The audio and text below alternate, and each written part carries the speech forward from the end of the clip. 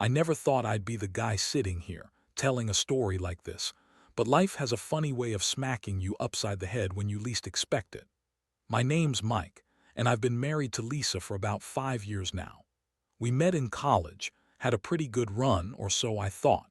She's always been the kind of girl who's got a sharp tongue and a quick wit, sometimes bitchy but usually charming enough to get away with it.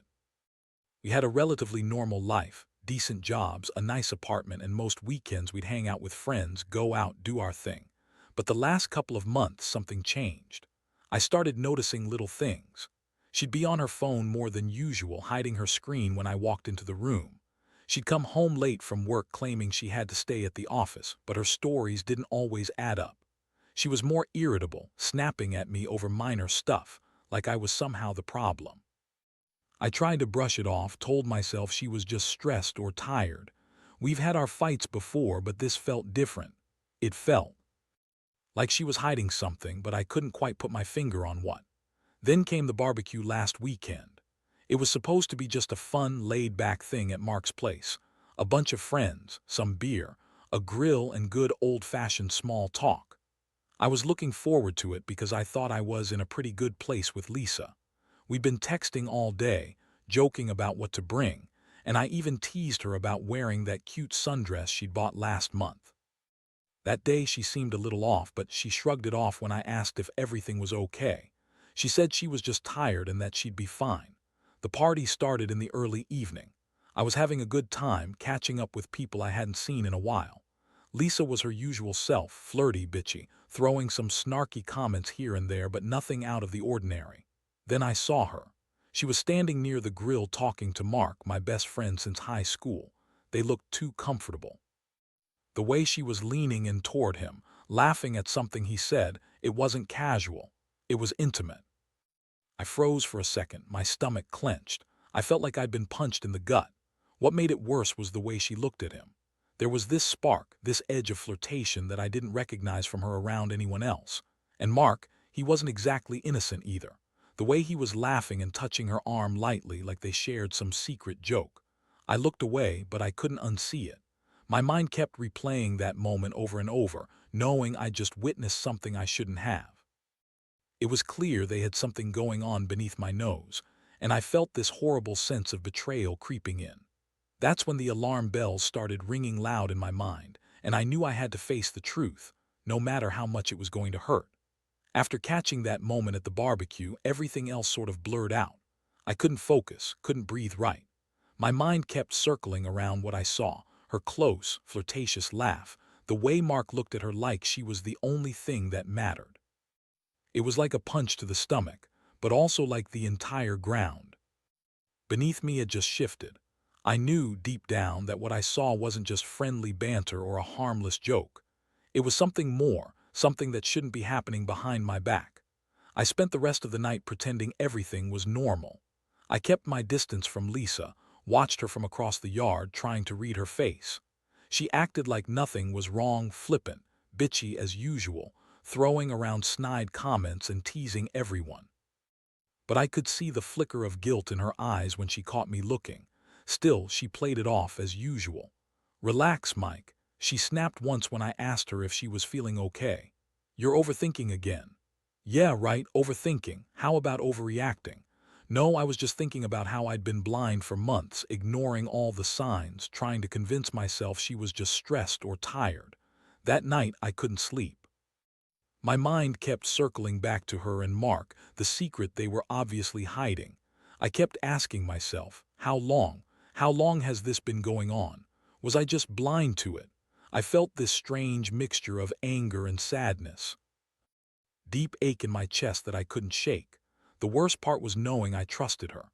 I had been faithful, honest, and all she'd been doing was lying right in front of me.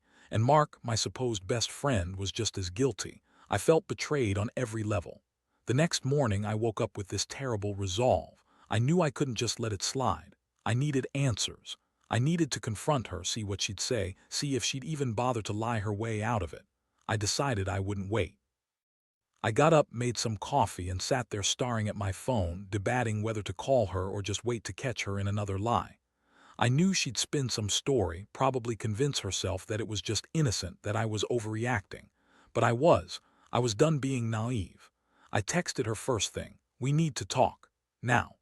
She replied almost immediately, dismissive and bitchy in her tone, saying she was busy but she'd be home soon. When she finally walked through the door, looking perfectly innocent of course, I was already boiling inside. I made her sit down, took a deep breath and started laying it out.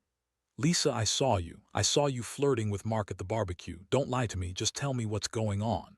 Her reaction was classic. She looked annoyed, rolled her eyes and said, "Oh, for God's sake, Mike, you're overreacting. It's not what you think. We're just friends. Mark and I are just talking. Maybe you're imagining things because you're paranoid."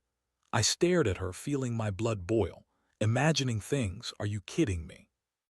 I saw how close you two were, how you were laughing and touching each other like you had some secret. What, you think I'm stupid?" She scoffed, crossing her arms.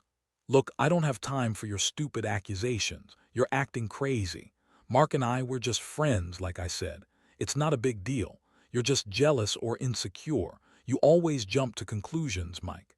Maybe I should start thinking about whether I want to keep lying to myself about this marriage." That was the moment I realized she'd been lying to my face all along, probably for months. She didn't even bother to deny it fully. She just threw accusations back at me, acting like I was the problem. I felt so betrayed, so hurt, and the anger just exploded inside me. That's when I knew I couldn't stay silent anymore. I needed time to think, to process what I'd just discovered. But I also knew this wasn't over. Not by a long shot. After that confrontation, I felt like I'd been hit by a freight train.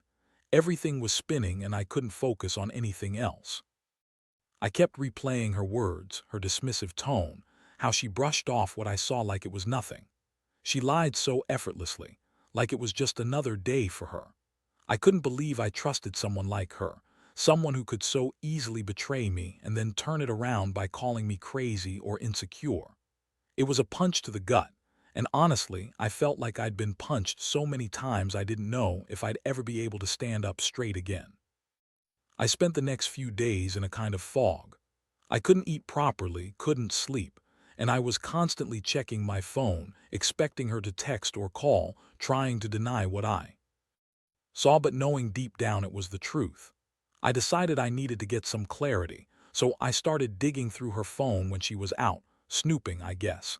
But I needed to know just how deep this was.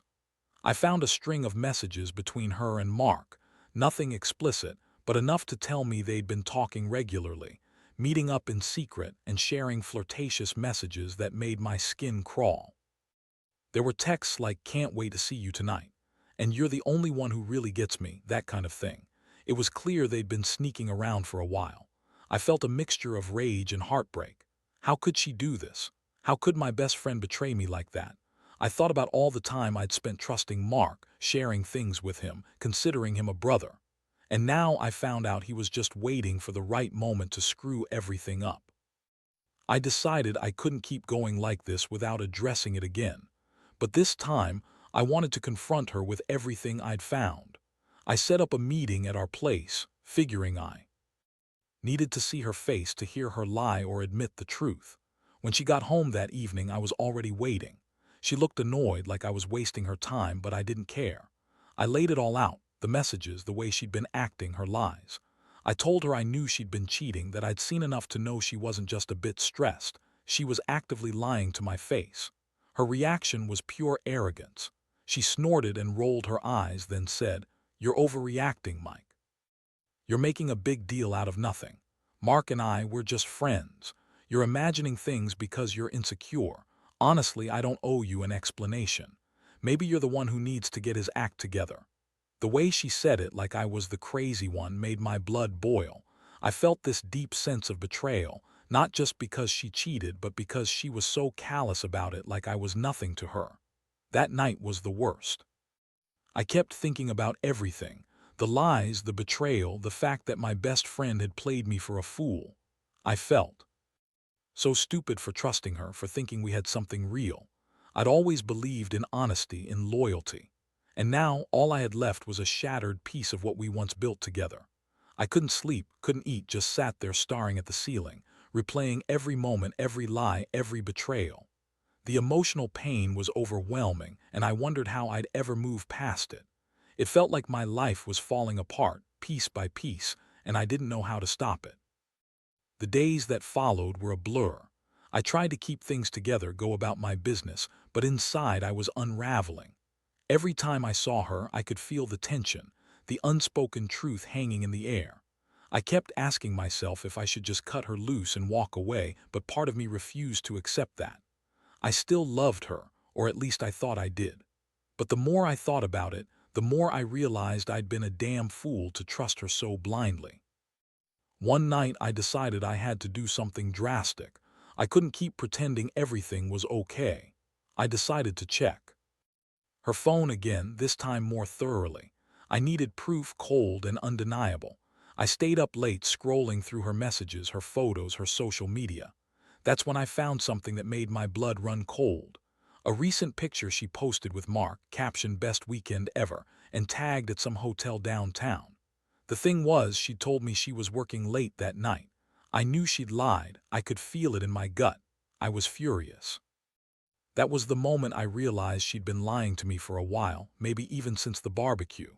The hotel, the secret meetings, the late nights. She was actively cheating on me, and I was just a complete idiot for not seeing it sooner. I felt so betrayed, so broken, but I also knew I couldn't let her keep getting away with it. I had to do something, and I had to do it fast. The next day, I started to lay out my plan. I wasn't going to confront her blindly or lose my temper, at least not yet. No, I wanted to catch her in the act, get solid proof, and then decide what to do. I knew she'd go out again that night, probably meet Mark somewhere. I kept my phone closed, waiting for her to leave. When she finally headed out, I followed her at a distance. I didn't want to be obvious, but I had to see where she was going. She led me to that same hotel I saw in her post. I parked a few blocks away, watching from a distance, pretending to be just another passerby. She went inside with Mark. I kept my eye on the entrance, feeling this wave of sickening anger and heartbreak. I knew I couldn't keep pretending I didn't see this, that I wasn't part of this nightmare. I needed to get proof, real proof, that this was going on behind my back. So I waited, watching her go in, feeling like my entire world was crumbling beneath me. While I was sitting there, I got a text from her, another one actually. "Can't wait to see you tonight." It hit me like a freight train. She was still lying, still sneaking around. I felt the rage building inside me, but I kept calm. I knew I needed to think, to plan my next move carefully. I was just going to storm in and accuse her. No, I needed to have everything lined up, proof, a clear mind, and a plan of action. When I finally saw her come out of the hotel, I followed her back home. My hands were trembling, and I felt like I was walking through a nightmare. This wasn't how I wanted things to end, but I knew I couldn't keep living in this illusion of trust. I was already emotionally drained, but I also felt this strange sense of clarity. You either confront it now or let it destroy what's left of us.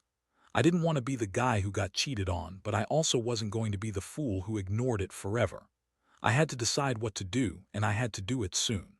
That night, I sat alone in the dark, staring at the evidence on my phone, photos, messages, proof that she'd been lying all along.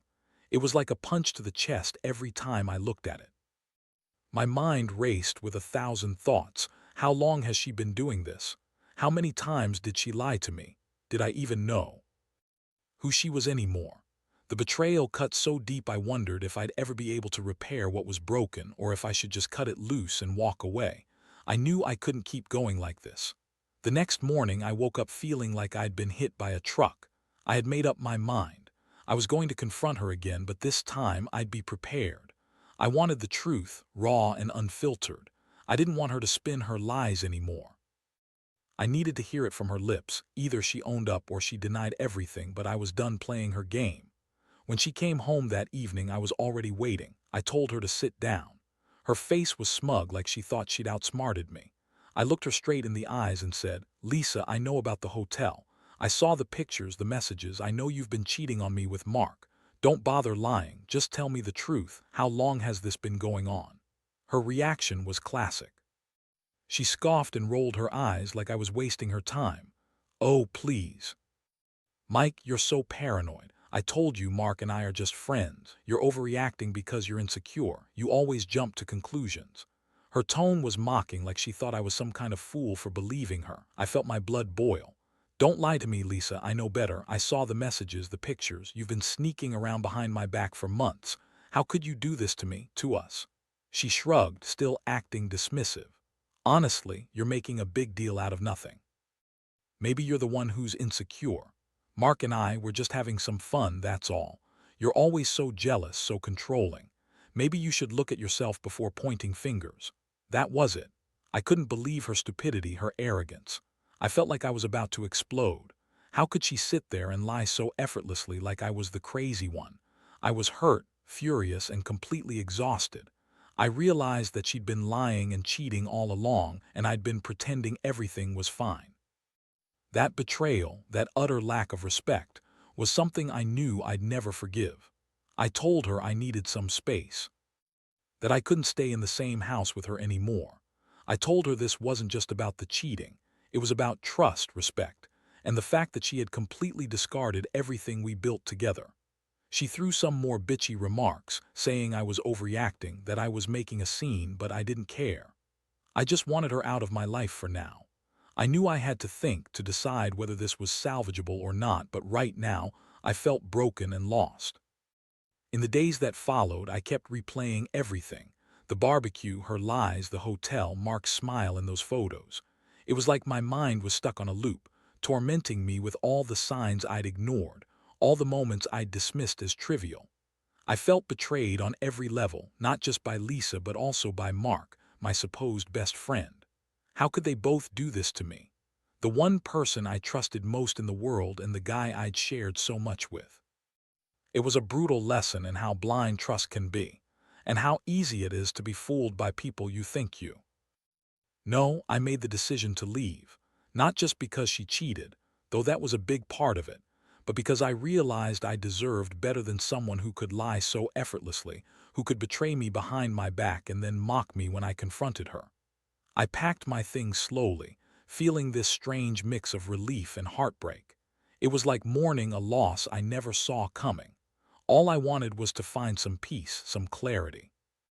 The day I moved out, her words echoed in my mind. "You're insecure, you're overreacting, it's nothing." I'd been so naive, so trusting, and now I saw how foolish that was. But I also saw something else, her true colors. She's selfish, bitchy, and utterly incapable of loyalty. I don't regret finding out the truth, even if it shattered everything I thought we had, because now I know what I'm really dealing with. Looking back, I realize that sometimes the only way to heal is to cut out the toxicity, no matter how much it hurts.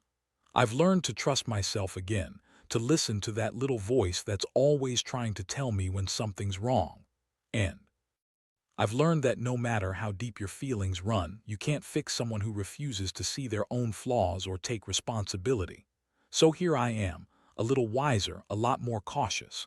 Still hurting, sure, but also starting to feel like I might get past this. Trust is hard to rebuild once it's broken, but I know one thing for certain. I deserve someone who treats me with respect, honesty, and loyalty. I'll find that someday, and I'll never ignore the signs again. Because betrayal, no matter how deep, teaches you what really matters. And what matters most is that I stay true to myself and never let someone else's lies define me.